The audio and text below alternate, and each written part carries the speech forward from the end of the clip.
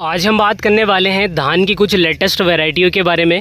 और इन जो वैरायटियां हैं इनमें सभी प्रकार की वैरायटियां शामिल रहेंगी, जिसमें कि कुछ वैरायटियां बासमती की हैं और उसी के साथ में जो कुछ वैरायटियां हैं ये परमल वाली वैरायटियां हैं। वैसे तो हम आपको सोयाबीन से रिलेटेड वीडियोस बनाते रहते हैं, सोयाबीन की वैरायटियां दिखाते रहते हैं, चने की दिखाते हैं, गेहूँ की दिखाते हैं, उसके साथ में मक्के की वैरायटियाँ दिखाते हैं। तो उसी के साथ में हमारा ये पहला वीडियो है जिसमें कि हम धान की कुछ वैरायटियाँ दिखाएँगे।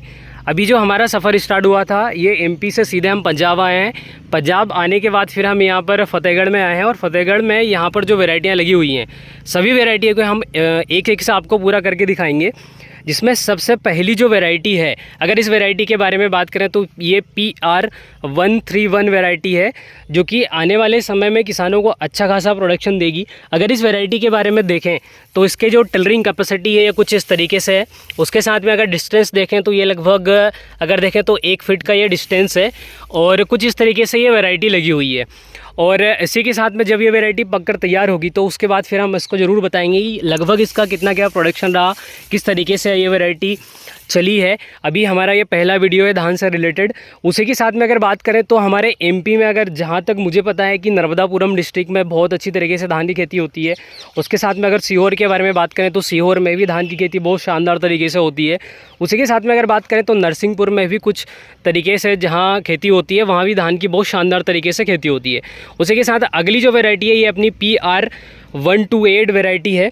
अगर इस वैरायटी के बारे में बात करें तो इसकी जो टेलरिंग कैपेसिटी है ये आप देख सकते हैं किस तरीके से इसने टेलर वगैरह निकाले हैं और इसका जो डिस्टेंस है ये भी लगभग 1 फीट पे है। तो मैं आपको थोड़ा सा पास से दिखा देता हूँ किस तरीके से ये वैरायटी लगी हुई है। अभी अगर बात करें तो इसमें जो धान के फूल फ्लावर जो है वो अभी इस वैरायटी में नहीं निकले हैं, कुछ परसेंट निकले हैं जो कि कुछ इस तरीके से मैं आपको दिखा रहा हूँ। उसी के साथ में अगर अगली वैरायटी के बारे में बात करें तो भविष्य में ये वैरायटियाँ किसानों को अच्छा खासा प्रोडक्शन दे सकती हैं। तो ये कुछ डेमोस्ट्रेशन प्लांट लगे हुए हैं जो कि सीड के पर्पज़ से लगे हुए हैं।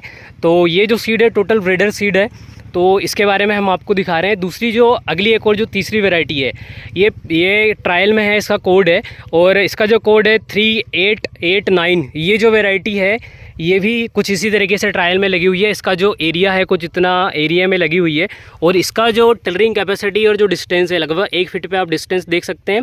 उसके साथ जो टिलरिंग कैपेसिटी है ये कुछ इस तरीके से है। अभी मैं आपको इसका थोड़ा सा इस साइड से और दिखाता हूँ कि किस तरीके से ये वैरायटी लगी हुई है। अभी अगर इस साइड देखें तो इस साइड भी लगभग सेम कंडीशन में लगी हुई है धान की खेती।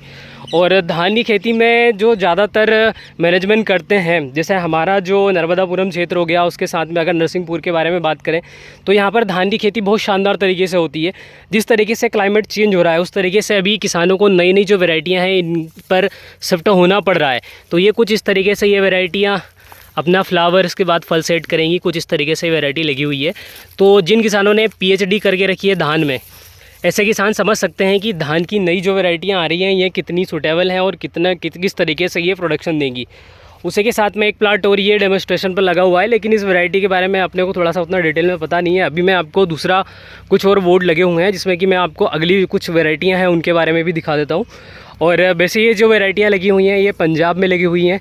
तो पंजाब में जो मिट्टी रहती है ये कुछ इस तरीके से मिट्टी है पंजाब की, जहाँ धान सबसे ज़्यादा मात्रा में पैदा होता है। और ये एक वैरायटी है जिसका अगर पत्तों के बारे में बात करें तो बहुत शानदार तरीके से पत्ते हैं। खैर इस वैरायटी के बारे में अपने को पता है नहीं, कौन सी वैरायटी है ये?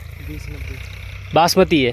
नहीं, दूसरी परमल। अच्छा, परमल वैरायटी है, परमल वैरायटी है। और हमारे साथ जो आज किसान हैं ये अपनी उम्र से ज़्यादा तजुर्बा रखते हैं, क्योंकि आपकी एज कितनी होगी? 16 साल में इतनी शानदार तरीके से खेती करते हैं जो फार्मर मेरे ख्याल से 45 की एज में इस तरीके से संभलते हैं, कुछ इस तरीके से फार्मिंग करते हैं। ये मात्र 16 साल की खेती में 16 साल की उम्र में कुछ इस तरीके से खेती करते हैं। एक और वैरायटी है जो कि कुछ इस तरीके से लगी हुई है और आप देख सकते हैं कि किस तरीके से इस वैरायटी ने इसका फ्लावर वगैरह फल सेट कर रही है ये वैरायटी। अभी इसके जस्ट साइड से अगर आप देखें तो ये पूसा बासमती की वैरायटी है जो कि 1401 वैरायटी है। अगर इस वैरायटी के बारे में बात करें तो उसकी टेलरिंग कैपेसिटी आप देख सकते हैं किस तरीके से इसने टेलर निकाले हैं, किस तरीके से ये वैरायटी सेट हुई है।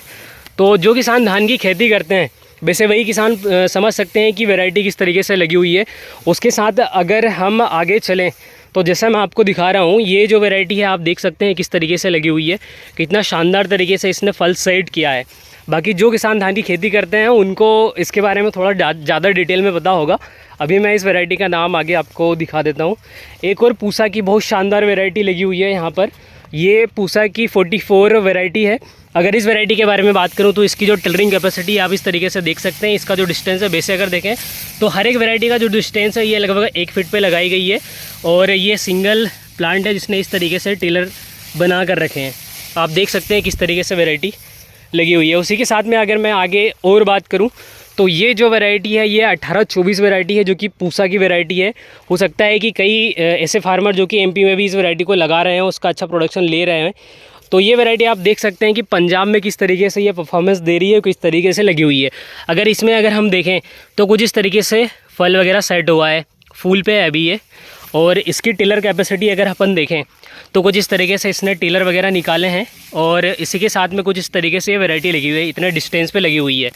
तो ये वैरायटी होगी पूसा 1824। उसी के साथ में एक और वैरायटी मैं आपको दिखा देता हूँ, पूसा 2090।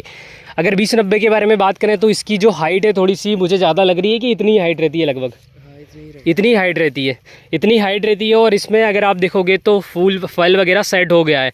कुछ इस तरीके से ये वैरायटी लगी हुई है और ये वैरायटी भी मुझे बहुत शानदार लगी। तो आप कमेंट बॉक्स से कमेंट करके बता सकते हैं कि ये जो वैरायटियाँ हैं इनमें से आपको सबसे बढ़िया वैरायटी कौन से लगी है। और कि अगर आपने इस वैरायटी को लगाया है तो ये वैरायटी किस तरीके से आपके यहाँ परफॉर्मेंस दे रही है, किस तरीके से प्रोडक्शन दे रही है, उसके बारे में ज़रूर बताएं। उसके साथ आप टेलर कैपेसिटी देख सकते हैं कि किस तरीके से पौधा बना हुआ है और किस तरीके से यह डिस्टेंस रखा हुआ है। मतलब ओवरऑल मैं आप सभी को सिर्फ ये बताना चाह रहा था कि जो पंजाब है उसमें किस तरीके से कौन सी वैरायटी परफॉर्मेंस करती है, किस तरीके से वैरायटियाँ लगती हैं। अगर पंजाब में देखें तो यहाँ की जो मिट्टी है ये बिल्कुल फ्लैट है। मतलब अगर आप देखोगे तो दूर दूर तक आप बिल्कुल बराबर जो खेत है इनको देख सकते हैं। तो पूरे प्लाट आपको चारों तरफ दिखेंगे बिल्कुल बराबर। मतलब अगर हमारे एमपी में देखें, जैसे हरदा डिस्ट्रिक्ट हो गया, तो आप अपना स्वयं का जो खेत है 7-8 एकड़ उसको भी एक साथ पूरा नहीं देख सकते। लेकिन पंजाब के जो खेत है वो मतलब खेत में जाने के बाद इसकी जो खूबसूरती रहती है ये कुछ अलग लेवल की रहती है। तो ये कुछ इस तरीके से इसमें फल वगैरह सेट हुआ है और ये कैनॉल है जिससे पानी चलता है। तो आगे हम कौन सी वैरायटियाँ देखने वाले हैं, आपका थोड़ा सा इंट्रो परिचय। मेरा नाम हेवनजीत सिंह है। हेवनजीत सिंह, थोड़ा सा आपको उतना लाउड क्या सुना नहीं रहा होगा क्योंकि माइक वगैरह है नहीं। तो इनकी जो एज है उस तरीके से इनका जो एक्सपीरियंस है वो नेक्स्ट लेवल का है। मतलब जिस तरीके से कोई फार्मर 45 की एज में फार्मिंग करता है उसी तरीके से ये मात्र 16 साल की उम्र में इस तरीके से खेती कर रहे हैं। मतलब थोड़ा सा डिफ़िकल्ट और बहुत मुश्किल होता है धान की खेती करना। खैर ये कंटिन्यू करते आ रहे हैं, इनके लिए थोड़ा सा सरल रहेगा। तो ये जो वैरायटियाँ इनके बारे में मैंने आप सभी को आज बताया है। इसके अलावा जो हमारा नेक्स्ट पार्ट आने वाला है धान की वैरायटियों से रिलेटेड, उसे में हम इन्हीं की जो 6-7 वैरायटियाँ और हैं उनके बारे में आप सभी को दिखाने वाले हैं।